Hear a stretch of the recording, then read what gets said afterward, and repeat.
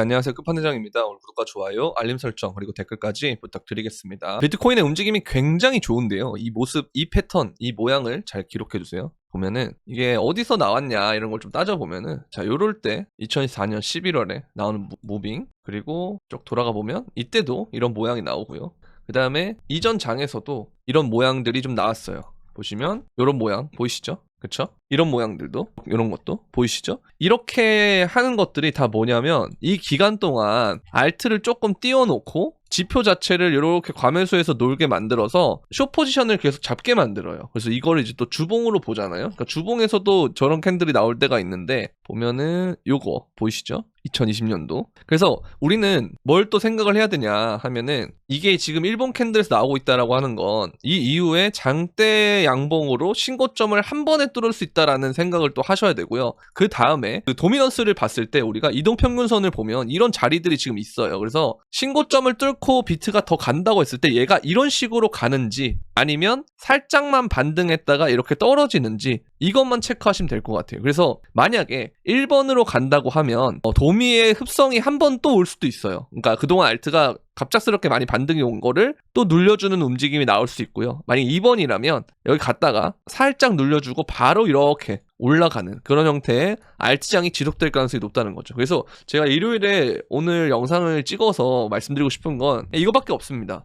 그러니까 비트코인의 움직임은 사실 좋을 수밖에 없는 캔들인데, 굉장히 가능성이 높은 캔들이에요. 좋을 가능성이 높은. 그리고 이렇게 되면 또 한 가지가 나오는 게, 이제 CME 갭이 생길 거예요. 지금 보시면 한 10만 3천 정도에서 머물러 있잖아요. 근데 여기서 만약에 오늘 이 캔들이 끝나고 이 상태로 된 다음에 CME 갭이 살짝 생기거나, 아니면 여기서 아예 돌파가 나온 다음에 CME 갭이 크게 뜨던가, 아무튼 그런 일이 벌어질 텐데, 제가 CME 갭에 대해서도 말씀드린 게, 여기 보시면 이 초록색 선 보이시죠? 여기가 갭이 발생한 곳인데, 사람들이 이 갭을 무조건 채운다는 인식이 강한데, 거의 뭐 한 90% 가까이는 그렇거든요. 근데 CME 갭을 안 채우고 올라갈 때가 있어요. 이런 식으로 보면 안 채우고 올라가고, 그 다음에 또 이때 전에 여기 보시죠? 요때도 이 갭이 이렇게 생긴단 말이에요. 2020년도에도 이렇게 보시면. 근데 이걸 언제 채웠냐, 이때 갭이 발생된 것들을, 그게 하락장 때 채웁니다. 이 장이 다 끝나고, 상승장이 다 끝나고 하락장 때 채워요. 이게 2021년이고요. 이 2021년에 상승장이 다 끝나고 2022년에 이 하락장 때, 그때 요 갭을 채웁니다. 그래서 상승장 때 보통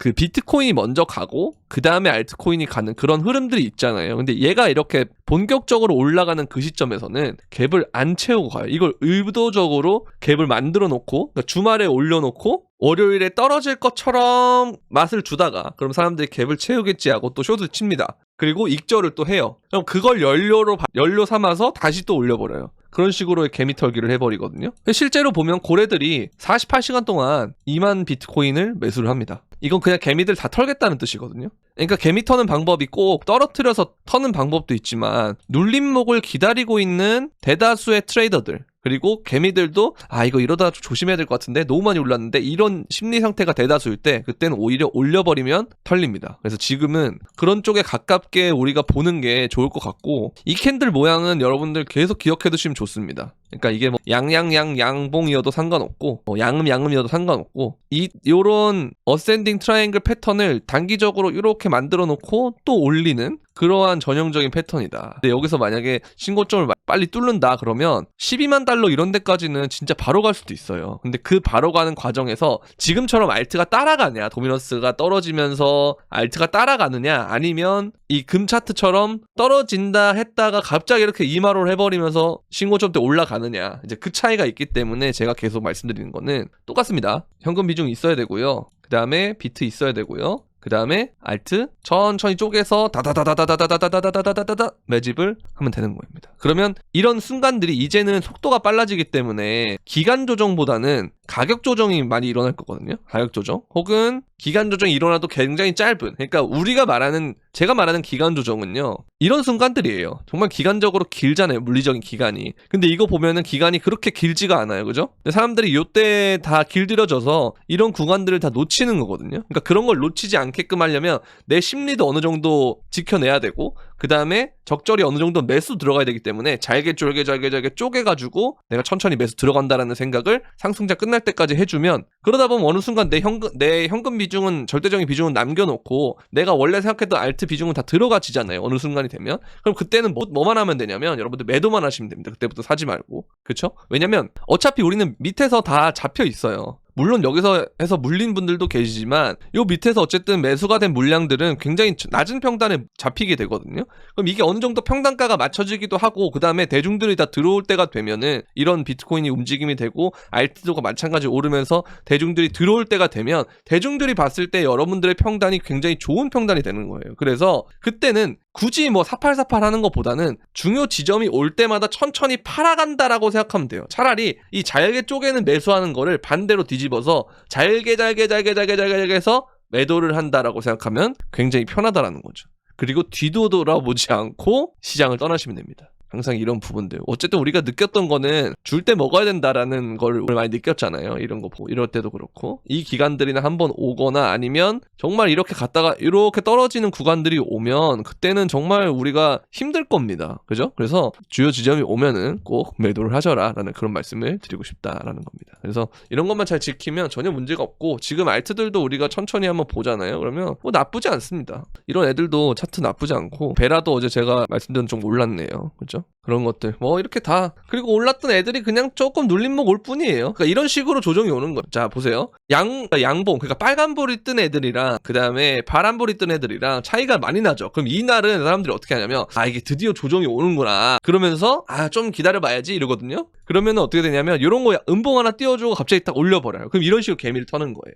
그러니까 이런 것과 상관없이 제가 계속 말씀드리는 게 천천히 조금씩 접근해라, 그 말씀을 드리는 겁니다. 왜? 우리는 이미 유동성이 엄청나게 있다. 크립토만의 유동성도 많고, 그리고 이 USDC는 줄어드는데 USDT가 올라가서 유동성을 맞춰주는 거기 때문에 USDT는 대부분 여러분들 어떻게 보시면 되냐면 나중에 알트로 온다라고 생각하시면 돼요. USDC는 기본적으로 기관들이 ETF를 살 때 많이 쓰기 때문에 비트나 이더 쪽으로 많이 가는데, USDT의 경우는 그것도 가지만 알트도 많이 간다, 이렇게 생각하시면 될 것 같고요. 그리고 도미넌스도 나쁘지 않고, 그리고 글로벌 유동성 역시도 굉장히 좋은 모습이다. 비트가 이 구간을 끝나고 이제 요 구간에 돌입했다라고 보시면 돼요. 항상 유동성을 뒤늦게 따라가는 모습을 많이 보여주더라고요. 그래서 비트는 지금 이 정도 위치에 있는 것 같다, 앞으로 이렇게 남았다는 거예요. 그죠? 그럼 얘가 이제 어느 순간 유동성이 떨어지겠죠. 그러면 이 움직임이 그 다음에 나올 수 있다고 생각하고 줄 때 잘 먹어라, 그렇게만 하시면 된다는 거죠. 이 정도면 사실 여러분들 모든 걸 다 대비할 수 있습니다. 어떤 움직임이든 간에. 왜냐면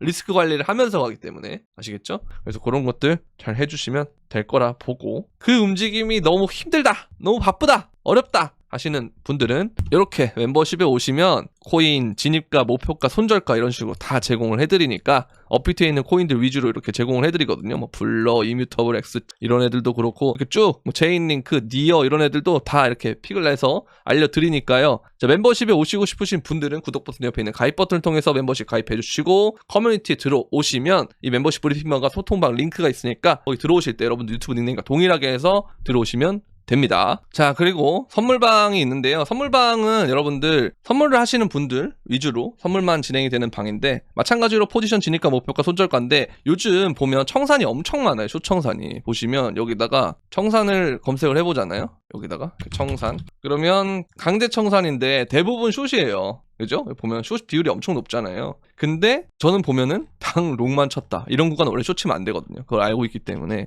그래서 요즘 선물이 굉장히 어렵고 힘드신 분들은 선물방에 오시면 되는데요. 선물방에 오시기 위해서는 영상 설명란에 있는 선물방 링크를 통해서 문의를 주시면 되겠습니다. 여러분들 즐거운 주말 보내시고, 이제 정말 다 왔어요. 진짜 여러분들 다 왔습니다. 이런 모양이 나왔다는 건 굉장히 긍정적인 캔들 패턴이에요. 그리고 유동성도 받쳐주고 있고, 글로벌 매크로상으로도 점점 화해 모드가 조성이 되고 있고, 제가 여러분들한테 정말 많이 말씀드린 게 있는데, 우리가 금리 인상을 하고 동결을 하고 인하를 하는데 동결 구간에서 왜 계속 올랐느냐라는 걸 우리가 생각을 해보면 결국은 앞으로 좋아질 일밖에 남지 않았다는 그런 기대감이 있단 말이에요. 마찬가지 관세도 앞으로 낮아질 것이라는 기대감이 있고, 금리도 낮아질 거라는 기대감이 있고, 파월도 언젠가는 비둘기로 바뀔 거라는 기대감이 있고, 그런 부분들이 다 오면서 랠리로 발생. 그럼 이것 자체는 뭐겠어요? 실제로 우리가 봤을 때는 기대감은 있지만 정말 지표상으로 봤을 때는 이거 문제가 있는데? 라는 부분들이 있잖아요. 그러니까 일종의 사상 누각인 상태인 거죠. 그런데